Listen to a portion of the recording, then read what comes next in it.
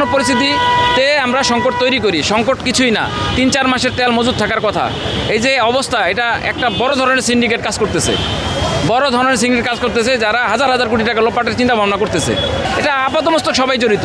আর আমরা উজুকে বাঙালি, আমরা করি কি, তেল প্রয়োজন নাই তারপর আসি, আমার আজকে প্রয়োজন, আমি নিতে পারতেছি না। আমি মিনিমাম 1.5 থেকে 2 ঘন্টা অপেক্ষা করার পরে আমি 200 টাকার পেট্রোল ঢুকাইছি। ঠিক আছে, এটা খুবই দুঃখজনক। 1 ঘন্টা অপেক্ষা করে প্রায় 2 লিটার তেল নিলাম ভাই।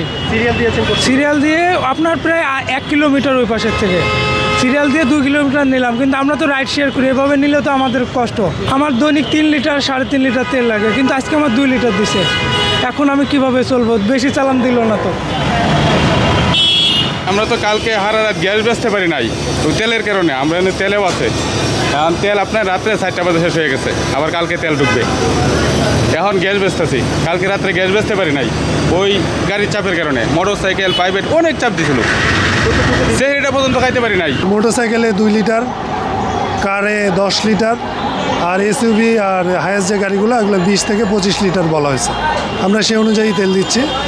আমাদের এখানে তেলের পর্যাপ্ত মজুদ আছে এবং সবাই তেল নিতে পারতেছে।